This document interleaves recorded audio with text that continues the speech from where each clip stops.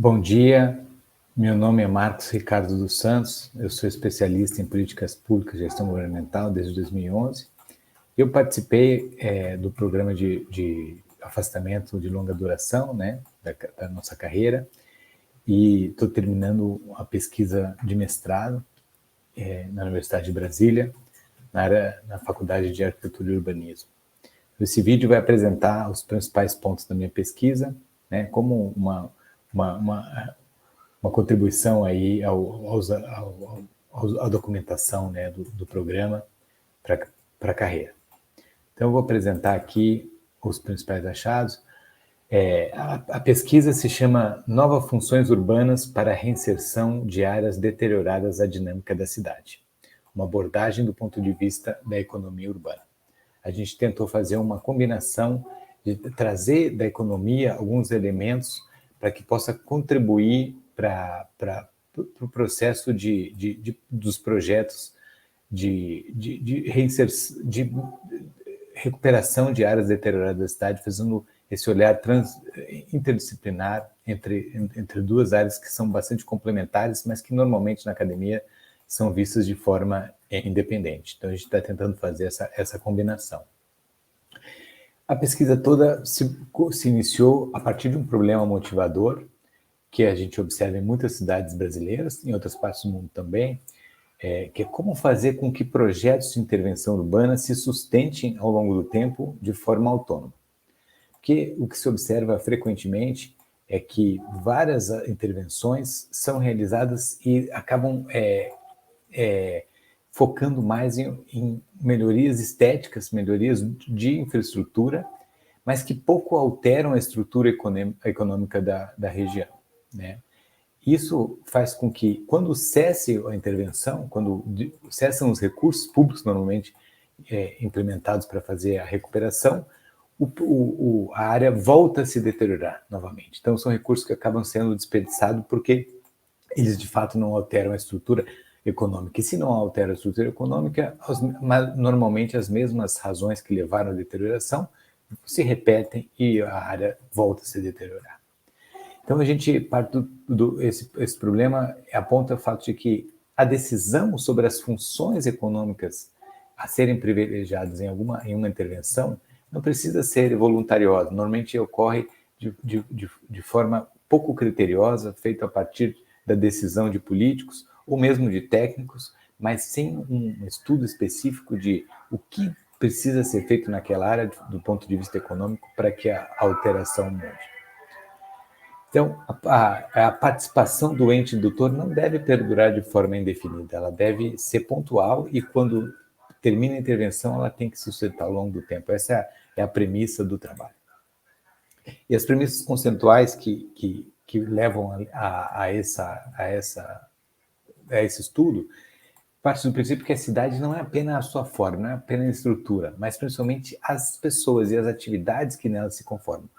Essa compreensão inicial é fundamental para o desenvolvimento do que a gente foi pesquisando. Então, para a gente dinamizar o território, a gente precisa que as pessoas se apropriem. E isso, muitas vezes, passa por realmente as atividades que ali se realizam. O objetivo geral do trabalho, então, foi a identificação de critérios fundados na economia urbana para apoiar a definição de novas funções urbanas para uma área considerada deteriorada, de modo a impulsionar a sua reinserção à dinâmica urbana. Então, a gente busca na economia alguns elementos que façam com que essa escolha seja com maior chance de êxito, mais chance de ser acertada, né? E com isso a gente colocou 4 objetivos específicos, né? Primeiro, fazer um levantamento bibliográfico sobre as características configuracionais, que isso já está bastante documentado na academia, e da economia urbana, que isso já não está tão documentado na academia, principalmente nessa área de projeto. Então, essas duas vertentes a gente associa tudo que tiver associado ao dinamismo e à deterioração em áreas urbanas. Também estudos de economia urbana que aponte como identificar as atividades de maior potencialidade em determinadas áreas da cidade. O primeiro objetivo. O segundo é identificar métodos de análise locacional por demandas de áreas para atividades econômicas. O terceiro é verificar a adequabilidade, na verdade, de utilização de métodos locacionais em projetos implantados que visavam a reinserção de áreas deterioradas da dinâmica da cidade. E, por fim, consolidar os critérios e ações que possam apoiar os projetos de reinserção urbana de áreas deterioradas a partir de demandas decorrentes da economia urbana do local. Essa talvez seja a contribuição nova desse estudo, porque os demais é uma sistematização e essa consolidação de criterização é uma contribuição científica inédita aí, nessa área. Para isso, a metodologia prevê 4 passos. Né? Primeiro, esse levantamento bibliográfico, depois a análise principalmente para identificar tudo que já foi levantado na área, né? Os aspectos configuracionais já estão mais debatidos, os aspectos econômicos menos, mas por isso essa combinação. A segunda parte seria estudos empíricos, que a gente identifica na prática, por recorrência, alguns elementos que os principais projetos mais recentes nas cidades brasileiras, né, de recuperação de áreas, possam identificar para validar e depois complementar o que foi feito no levantamento bibliográfico anterior. Depois, o terceiro passo seria, então, a sistematização desses critérios. A gente adapta quadros analíticos em cada fim de capítulo para identificar primeiro os aspectos configuracionais, depois os aspectos econômicos, depois os outros aspectos levantados nos estudos empíricos, para que isso faça sentido e a gente sistematiza, então, quais são os critérios mais importantes. E, por fim, a gente faz uma espécie de checklist, um guia mais prático de passos para a elaboração de projetos, para que pessoas que vão se envolver em futuros projetos de recuperação em áreas nas cidades brasileiras possam ter um guia, um caminho a percorrer, sempre visando essa escolha de funções para que os projetos permaneçam ao longo do tempo. O referencial teórico é baseado em 3 dimensões, né? A primeira são as características configuracionais de dinamismo urbano e a sua relação com as diferentes atividades urbanas, né? Isso já está bastante estudado e a gente então faz um percorrido aí da literatura para simplificar e identificar o que é mais recorrentemente apontado. A segunda são abordagens do urbanismo para intervenções urbanísticas de reinserção de áreas deterioradas. Existem vários que às vezes são tratadas como sinônimos, mas não são, e a gente então vai percorrer cada uma delas. E, por fim, mais interessante para o trabalho, são as contribuições da economia urbana para identificar as atividades associadas ao dinamismo e suas demandas por áreas na cidade.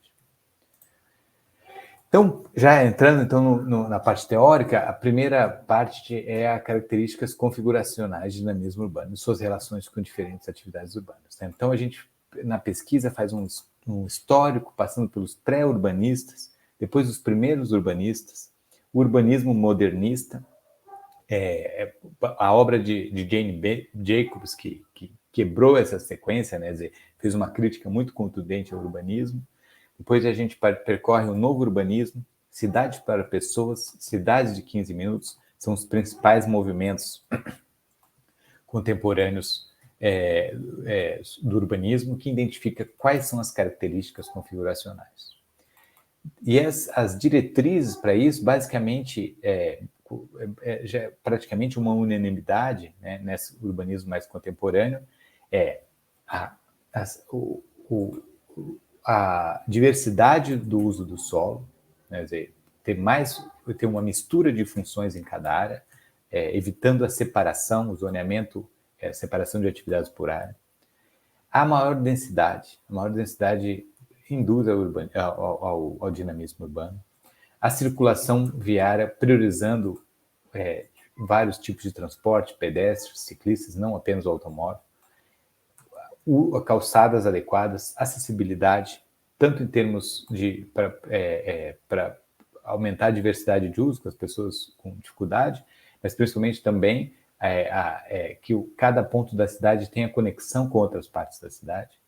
A circulação de pedestres prioritariamente, espaços livres e testadas estreitas, ou seja, não ter cada um dos terem mais conexão com a cidade, mais portas e janelas. E também a gente observa que o tipo de atividade também interessa, né? Então, trazendo já uma primeira contribuição da área da economia, dizer, quais são os tipos de atividade que tendem a estimular determinadas características de configuração que favoreçam o dinamismo. Por exemplo, tem muitas atividades que são bastante rentáveis e lucrativas, mas que não favorecem o dinamismo urbano. São atividades que têm pouca interação entre as pessoas. Então, a busca não é só por encontrar atividades que gerem emprego, renda e desenvolvimento, mas também que dialoguem com o dinamismo urbano. A segunda dimensão teórica, né, são as abordagens do urbanismo para intervenções urbanísticas de reinserção de áreas deterioradas à dinâmica urbana. Há muitas formas de falar essas intervenções, né, de denominar essas intervenções. A gente destacou 4 mais comuns, né? Entre elas, então, vamos dizer, são a renovação urbana, que vem do movimento modernista, né? Você propõe uma redefinição radical das funções da cidade, uma tábula rasa praticamente, então coloca muita coisa abaixo, como fez Paris uma vez, como fez Rio de Janeiro, enfim, já na época, isso já no início do século XX, você faz uma redefinição radical de espaços de forma racional e não se importa muito com questões locais históricas. É botar abaixo e começar de novo. Essa é a abordagem da renovação urbana cada vez menos utilizada. Até por legislação que não permite uma ação tão radical. O segundo aspecto é a reabilitação urbana, né, que seria uma ideia de conservar e recuperar espaços históricos da cidade, né? Isso valoriza basicamente as áreas centrais e antigas, mais costumeiramente, e tem uma preocupação de cunho social, né? de possibilitar a habitação, enfim, fazer um equilíbrio da sociedade com o olhar de reabilitar as partes históricas. E também reaproveitar as edificações antigas e muitas vezes para interesses habitacionais, trazendo esse aspecto social. Também é um aspecto importante, um olhar importante, mas que para o nosso objeto de estudo ele pouco se preocupa com aspectos econômicos. Então, dificilmente ele gera um dinamismo se for só esse olhar. Um terceiro tipo de intervenção é a revitalização. Então, ele busca uma nova vitalidade para as áreas degradadas, tem a perspectiva social e ambiental são considerados, mas o mais importante é o econômico, quer dizer, como trazer atividades econômicas para fazer essa revitalização, para trazer esse dinamismo. Então, ele é um meio termo entre ações de demolição, que são da renovação urbana, e também de conservação, que são da reabilitação urbana. Então, ele é uma abordagem um pouco mais contemporânea e tenta fazer esse equilíbrio. E, por fim, o mais contemporâneo e mais utilizado atualmente é a requalificação urbana, que a gente se preocupa com a infraestrutura, com a qualidade de vida, e tenta reestruturar o território, incluindo os aspectos econômicos, cultural, paisagístico e social. Tenta fazer uma combinação de tudo isso. Então, tenta buscar a preservação da identidade e a busca pela sustentabilidade, mas prevê realmente uma redefinição de funções para, quer dizer, se com as funções anteriores houve uma degradação, então a ideia seria requalificar, buscar novas funções, equilibrando o social, econômico, paisagístico, para que a intervenção seja interessante. Então, esses são os aspectos mais comumente colocados hoje no urbanismo mais contemporâneo. E aí, dessa parte teórica, que vem o capítulo 1 da dissertação, a gente buscou nos principais autores, né, quais são os elementos mais importantes. Então, os atributos que a gente identificou como fundamentais, os atributos configuracionais, divididos em 2 escalas. Uma escala de implantação e uma escala local. A escala de implantação, então, a gente, quer dizer, é o conjunto da área, né? Então, a gente precisa buscar a diversidade de usos, ter residência, comércio, lazer, trabalho, tudo no mesmo local. Isso gera dinamismo, traz empregos, traz uso às 24 horas do dia, e o uso residencial traz dinamismo para comércio local, e os empregos próximos das residências também costuma trazer dinamismo. A ideia de quadras curtas, para que tenha muito que traz, né, a autora Jane Jacobs, que precisa para as pessoas se movimentarem mais naquela área e aumentar o uso também. Uma densidade equilibrada, dizer, tentar ocupar com mais gente no mesmo local, isso dá um equilíbrio no mercado e permite com que diferentes segmentos sociais possam conviver no mesmo espaço.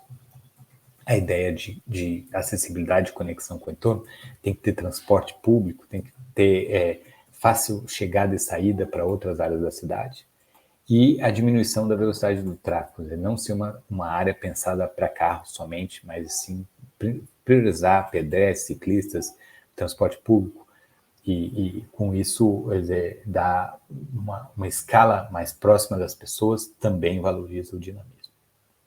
E do ponto de vista do próprio local, né, a ideia de ter fachadas térreas ativas, portas, janelas, lojas, tudo isso, quer dizer, que conectem os edifícios à cidade.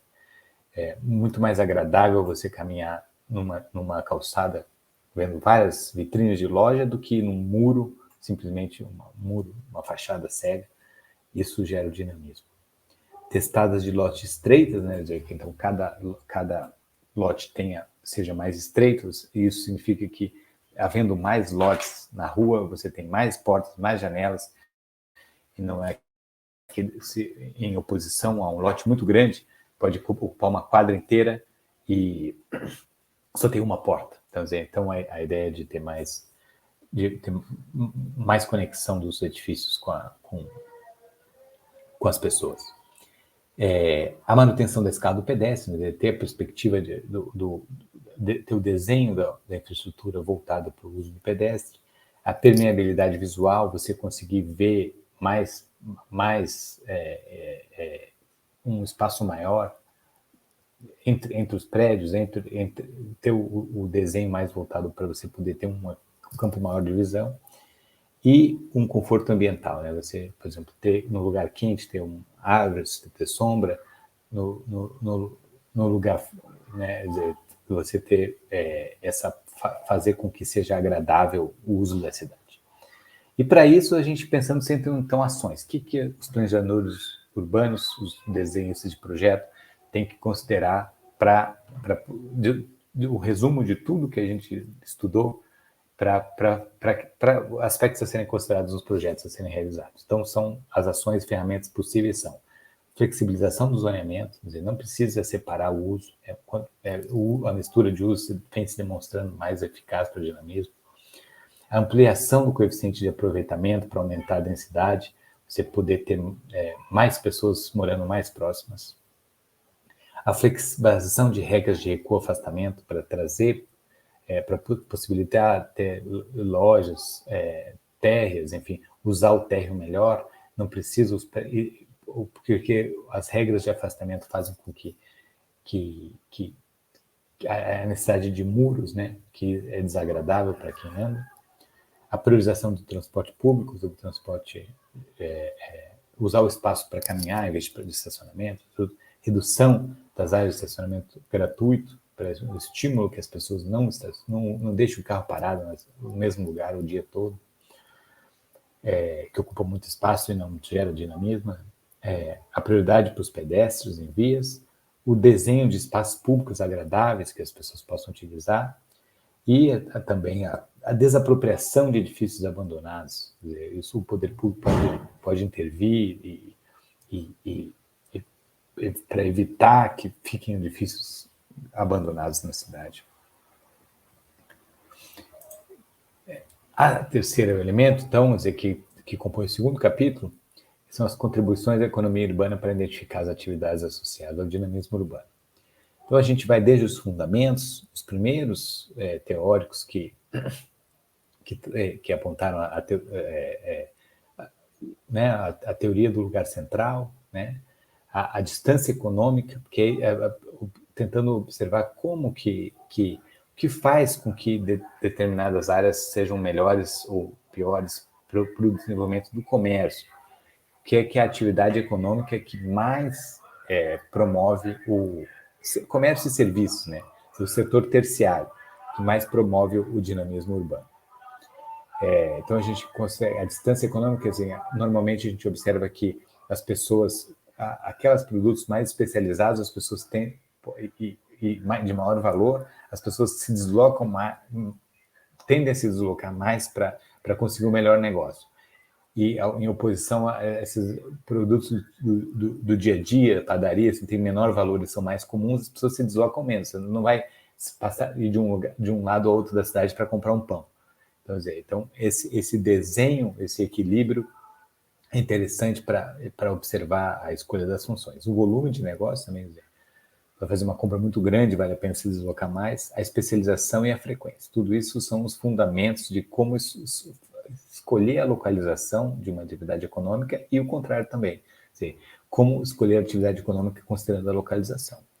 E se observar também as transformações, né? Desde as teorias fundamentais, o mundo vem se transformando cada vez mais rapidamente. Então, há uma fragmentação do processo produtivo, né? As distâncias, a tecnologia de transporte faz com que, às vezes, é mais interessante comprar um produto da China do que foi feito aqui. Os custos de mão de obra também, e a tecnologia de transporte e comunicação, né? Quer dizer, as atividades estão mais footloose, ou seja, sem a necessidade de estar ancorado em determinado local. E também, por exemplo, a pandemia, que mudou um pouco as relações de trabalho, as pessoas estão se deslocando menos, trabalhando de casa, muitas vezes. Enfim, tudo isso muda um pouco esse olhar, e tem que estar, é importante observar tudo isso. E as características, né, quer dizer, que a gente tem que observar, né, as características do trabalho, do capital, assim, da demanda, dos transportes, fluxo, organização empresarial, políticas públicas, contexto sociocultural, tecnologia e espaço físico. Tudo isso tem que ser considerado ao fazer análise, né, de fazer esse estudo de viabilidade, que é fundamental para a determinação de determinadas escolhas, né, de funções urbanas. A gente, então, fez uma metodologia baseada, basicamente, em 3 frentes. Primeiro, os trabalhos da professora Eliana Vargas, né, que é um dos maiores especialistas no espaço terciário, que estuda exatamente assim a questão de localização, de infraestrutura para comércio e serviços. Então, ela tem um trabalho bem interessante que baseou bastante um pouco o início da pesquisa, e também do urbanista francês Alain Berthaud, que fez uma obra de conexão do urbanismo com a economia, que é muito raro nessa área, mas ele realmente trouxe elementos da economia para contribuir, para fazer com que os estudos do planejamento urbano sejam ancorados em dados reais, e não somente em insights dos urbanistas. E, por fim, da economia da complexidade, que é uma tendência contemporânea da economia, muito utilizada, cada vez mais utilizadas para o desenvolvimento econômico, né, tendo como princípio de que uma maior complexidade ajuda a realizar o desenvolvimento, né, e como fazer com que os governos e os empresários das áreas possam olhar para oportunidades de desenvolvimento. Então, essa nova abordagem da economia se preocupa com isso, em como os países buscarem novas oportunidades de desenvolvimento econômico. E a gente não usa isso aplicada à cidade. Da professora Eliana Vargas, a gente traz as linhas lógicas para a sustentação do projeto urbano. Ela se preocupa em ver essa conexão de viabilidade econômica, da capacidade das empresas, das carências, das demandas, dos tipos de operação, tudo isso que pode ser mais importante para trazer o projeto urbano, claro que em diálogo, em conexão com as características locacionais, com as características naturais de terreno, da paisagem, enfim. Ela faz toda essa conexão e essa então é a base que a gente utiliza aqui para o trabalho. Os aspectos da economia para prospecção de novas funções urbanas, a gente tem 4 elementos fundamentais. O primeiro é a questão da elaboração de cenários. É importante a gente primeiro comparar uma situação pretendida com a perspectiva de não intervenção. Às vezes a intervenção não vale a pena. Então, essa comparação então, essa é a primeira comparação, fazer essa prospecção de cenários para saber primeiro se vale a pena e depois se avaliar que vale a pena, fazer uma comparação entre os cenários possíveis para saber qual caminho a ser colocado. Eu preciso avaliar resultados diferentes, medindo o impacto esperado para cada um. Um outro aspecto é a questão de oferta e demanda. A gente vai lá nos primórdios da economia, com a lei de Sé, para saber que, na verdade, há uma conexão entre oferta e demanda. Às vezes a oferta pode criar sua própria demanda ou o contrário. Então, a gente precisa sempre olhar para esses dois lados para entender que é preciso manter essa conexão e a escolha a ser tomada pode ajudar ou a distanciar essa conexão. E precisa pensar um novo caminho. A partir do princípio de que se aquela área com a estrutura original se deteriorou, não dá para voltar à estrutura original, é preciso criar um novo caminho para tentar se recuperar, né? E por isso as vantagens competitivas são importantes, quer dizer, saber uma espécie de vocação da cidade, da área, para saber, então, fazer com que elas tenham vantagens competitivas em relação às outras áreas. O que é chamado também o city marketing, né? Quer dizer, hoje em dia, com a redução das distâncias e tudo mais, as cidades competem entre si, e as áreas competem dentro da cidade, a gente precisa entender quais são as vantagens comparativas. E a especialização temática, quer dizer, às vezes a gente observa que a realização, você criar uma espécie de cluster, e não de funções, né? Não ficar só residencial, ou só de lazer, só de serviço, mas sim um tema econômico que possa ser privilegiado. E os clusters, nesse caso, são arranjos produtivos locais, né? Que são atividades semelhantes que cooperam e se complementam, né? Em termos de conhecimento, em termos de estrutura econômica, e que a economia da cidade vai explorar. Então, a ideia, por exemplo, como num shopping, que você coloca âncoras para chamar a atenção, né, das pessoas que depois, uma vez estando naquele local, vão poder também conhecer atividades complementares que se instalam ali ao redor daquela atividade, né? Então, e a ideia é você ter uma cadeia com maior valor agregado, e o cluster, de fato, estimula que a soma dessas partes é maior do que o conjunto é maior que a soma entre as partes, né? E a importância do capital humano, a sociedade cada vez mais ancorada no conhecimento, você atrair, desenvolver e conectar o capital humano às atividades econômicas é fundamental. Um livro do Edward Glaser, que se chama O Triunfo das Cidades, mostrou que esse é o segredo para o sucesso econômico da maior parte das cidades que ele estudou. E a economia da complexidade é interessante porque traz diferentes capacidades produtivas. Quer dizer, o que fazer, o que estimular, o que escolher como atividade a ser prospectada, né? Quer dizer, então, ter maior complexidade na economia é interessante, traz maior valor agregado e em comparação com as economias. Aí, a gente vai detalhar um pouco mais para frente. Isso.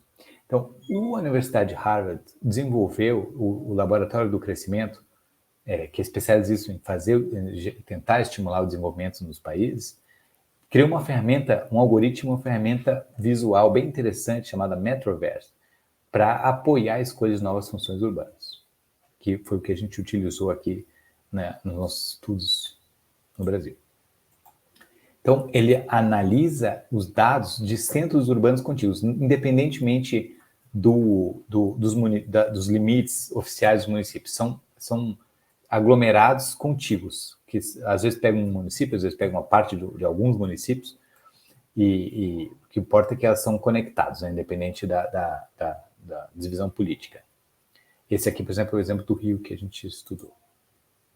Então, a partir da distribuição das atividades econômicas, ele tenta fazer o perfil da cidade. Então, aqui, por exemplo, é a divisão do Rio de Janeiro.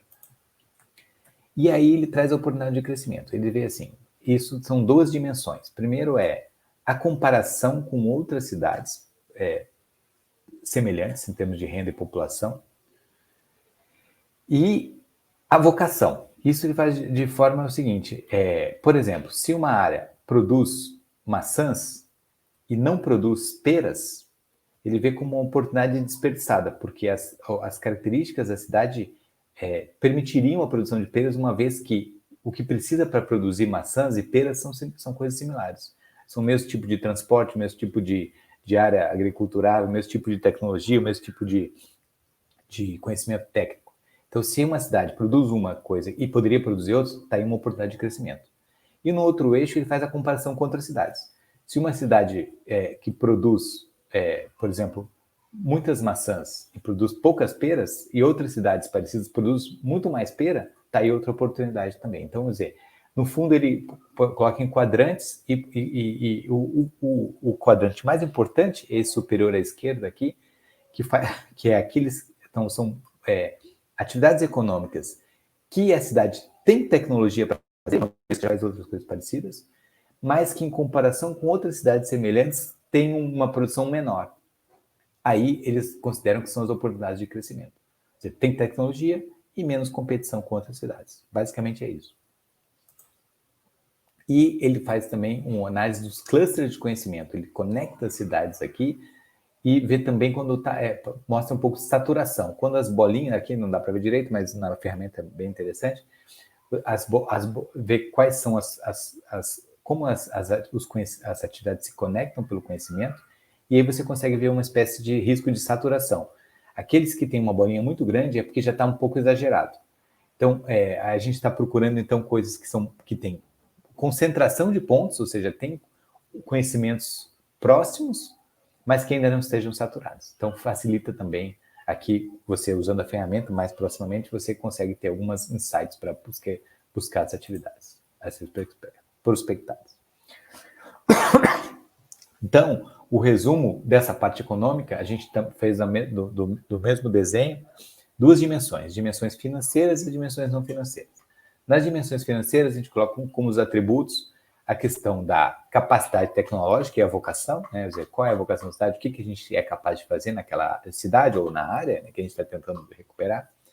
Menor competição, né, entre outras cidades e entre outras áreas da cidade. Potencial de geração de empregos, que isso também gera, não adianta ter uma atividade, por exemplo, industrial, que gera muito recurso, mas industrial até gera emprego, mas, sei lá, agrícola, né, o armazém, que você tem bastante renda e pouco emprego, isso não ajuda no dinamismo urbano. E o potencial de geração de renda, claro, e também de pequenos negócios. É melhor ter vários pequenos negócios, que isso aumenta também o dinamismo, do que ter um negócio muito concentrado. E dos aspectos não financeiros, é a disponibilidade de conhecimento, então, às vezes a conexão com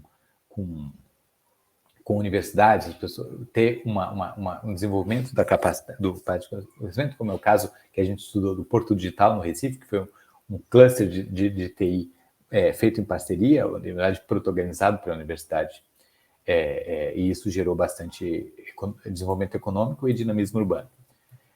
Atração de talentos, isso é importante, não precisa nem sempre formar, às vezes é mais barato atrair.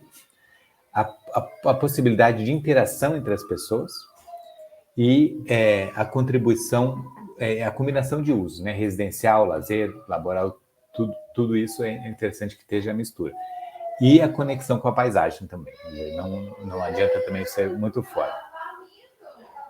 E as ações para que isso aconteça, então a gente tem que fazer a análise de capacidade tecnológica de conhecimento, fazer pesquisa de demanda, é uma coisa que não se faz em projetos urbanos, mas é fundamental. Para lançar um produto se faz pesquisa de demanda, então é necessário fazer. Análise de potencial de empregos, né? Não só de renda, mas também de empregos. Análise do ambiente concorrencial, fundamental. A proposição de um cluster. A elaboração de um business case, também isso a gente faz em qualquer empresa, mas aí às vezes a gente gasta bilhões no projeto sem fazer nenhum business case para saber quando que se recuperará aquele recurso investido, quando e como, né? Em que volume. O estudo sobre incentivos, saber se os incentivos são às vezes delicados, às vezes são importantes, mas eles às vezes têm mais externalidades negativas do que. Né? Então, ao se propor um incentivo fiscal de qualquer natureza, é preciso fazer um estudo de impacto e pensar em parcerias público-privadas, não só em termos da lei das PPPs, mas que é muito visada ao como financiar um projeto, mas sim fazer parcerias, melhorar a governança para fazer com que as pessoas se apropriem e pensar não só no financiamento do projeto, pode ser, mas não só, mas principalmente no envolver o público e o privado para pensar no como estruturar a economia do local, pensando no futuro. Então, esse é o segundo conjunto de contribuições. E a terceira parte, então, são análise de 3 projetos de intervenção urbana no Brasil, para validar os aspectos teóricos e também trazer novos elementos, né, por recorrência, do ponto de vista prático. A gente estudou inicialmente em Belém o caso da Estação das Docas, que foi já do ano 2000, prévio ao Estatuto da Cidade, né, então não tinha menos instrumentos para fazer isso. Ele foi um foco natural em turismo e lazer, que é a área, né, do Rio, lá, a área mais turística da cidade, e realmente conseguiram desenvolver. Fizeram, então, um cluster de turismo com externalidades positivas, houve um desenvolvimento local e tudo mais, mas faltou ainda o uso residencial da área e, quer dizer, houve foi superestimado o retorno, né, em relação ao investimento. Então, até hoje, é necessário um investimento estatal. Então, quer dizer, foi interessante, mas teve algumas limitações. No caso de Recife, ficou um projeto mais interessante ainda, quer dizer, é um cluster na área de TI, enquanto a maioria dos estados do Nordeste, à época, né, investia em exportação de frutas, em coisas, em turismo, enfim, em aspectos mais clássicos. Foi uma inovação muito grande, né, de fazer um cluster de TI, muito por ter sido um projeto oriundo da universidade, da área de TI da universidade, e gerou 15 mil empregos, só que em vez de fazer como comumente se faz da universidade, se faz um parque tecnológico na própria universidade, normalmente fora dos centros urbanos, como foi feito em São Paulo, por exemplo, e tem pouco uso. O Recife resolveu fazer no centro da cidade, na área mais antiga e que estava bastante degradada.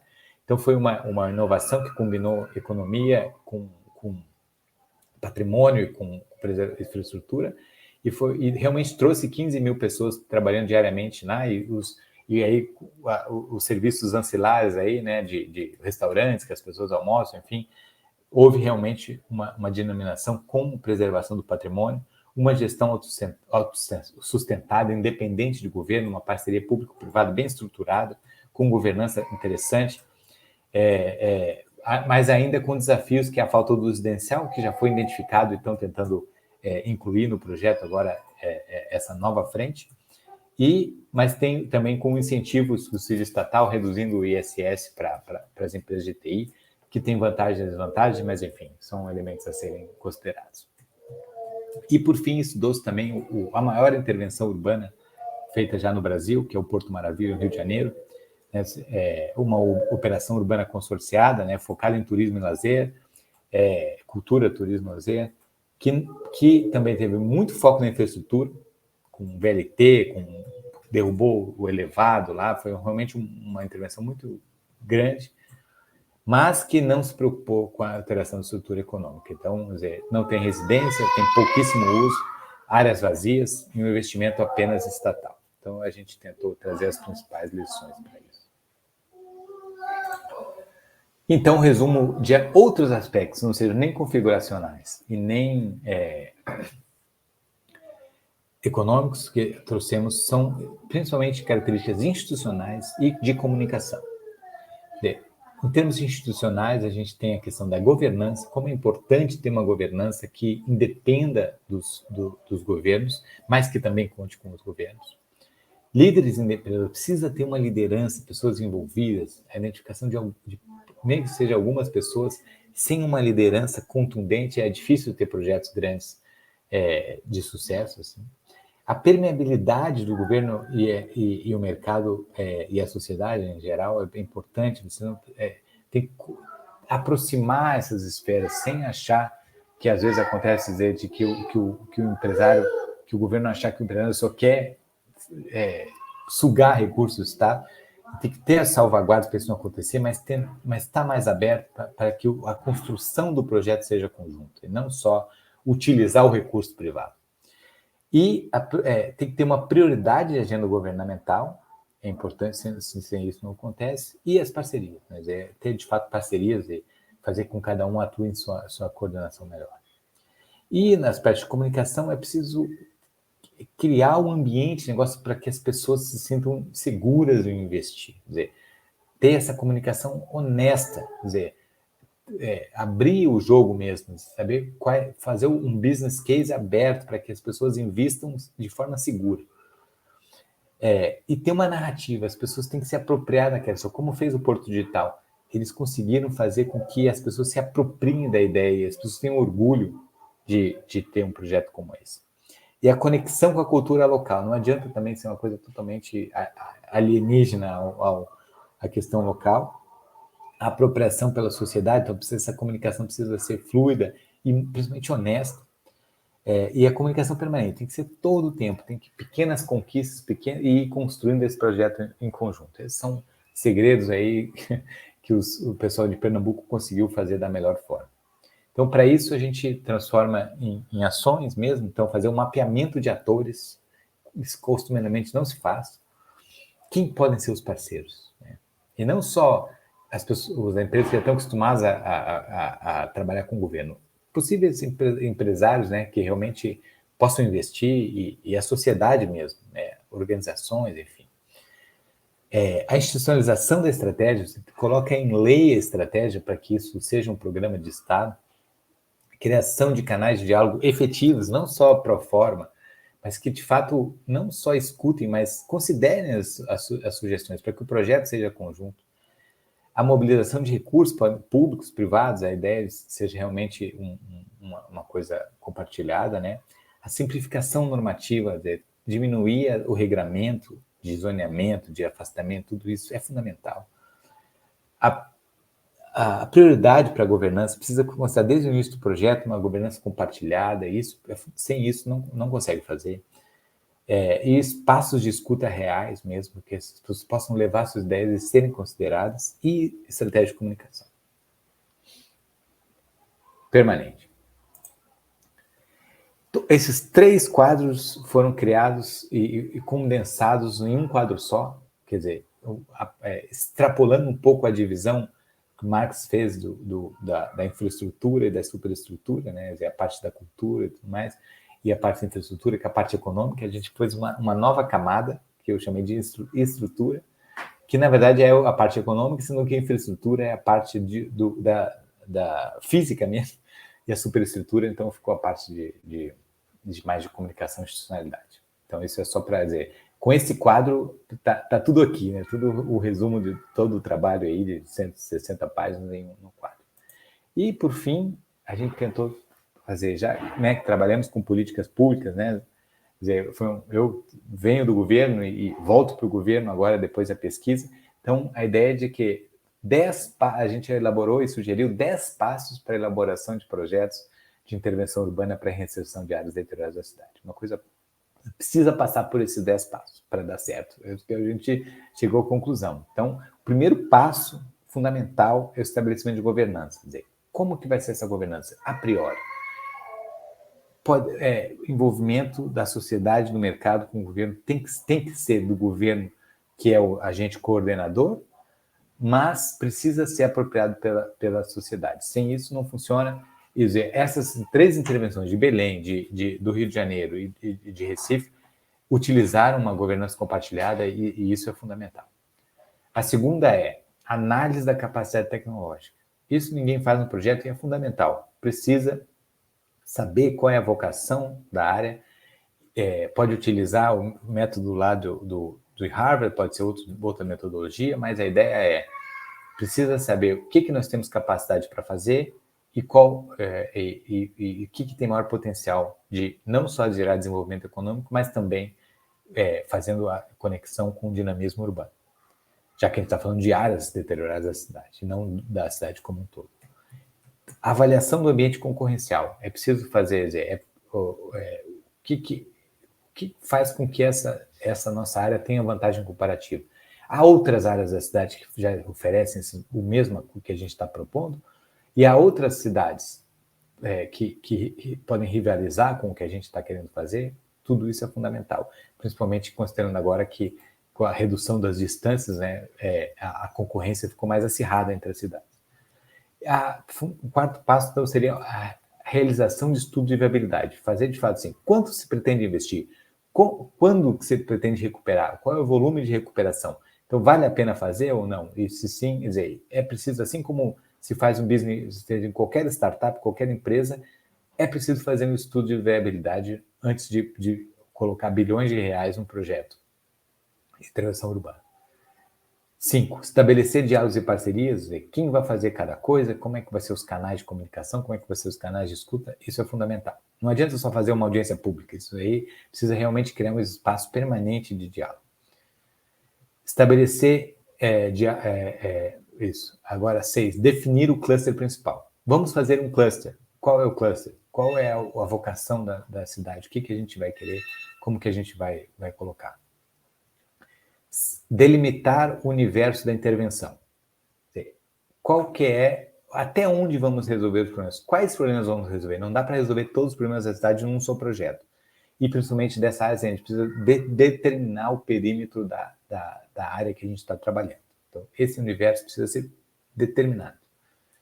8. Mobilizar os recursos de financiamento. Sim, às vezes é um recurso público, às vezes é um recurso privado, às vezes o melhor é a combinação das duas coisas. Então, é preciso pensar no financiamento. Não só no financiamento, mas isso é fundamental. 9. Institucionalizar e comunicar. Colocar o projeto numa lei, uma lei municipal, para ser uma institucionalidade, da segurança dos investidores e comunicar o tempo todo, como a gente já levantou. E, por fim, 10. Iniciar as intervenções urbanas. Aí já é o projeto em si, começar, pode-se fazer pequenas melhorias, não precisa fazer tudo grande nisso, você fazer pequenas melhorias simples, um urbanismo mais tático, assim, quer dizer, pequenas intervenções, já dá uma sensação, junto com a ideia da comunicação, para a cidade que as coisas estão acontecendo. Não precisa começar com a derrubada do elevado da perimetral, um negócio gigantesco. Pode ser mais você ter pequenas intervenções e frequentes, ajuda a construir a narrativa, a comunicação e a manter as pessoas engajadas no projeto. É isso, agradeço. Fico à disposição aí para futuros contatos aí com os colegas da carreira e outros interessados do governo, da academia. E agradeço aí a Secretaria de Gestão pela oportunidade de ter trabalhado nessa pesquisa nos últimos 2 anos e retorno aí ao trabalho no governo federal para continuar contribuindo aí com o governo e com o nosso país. Muito obrigado.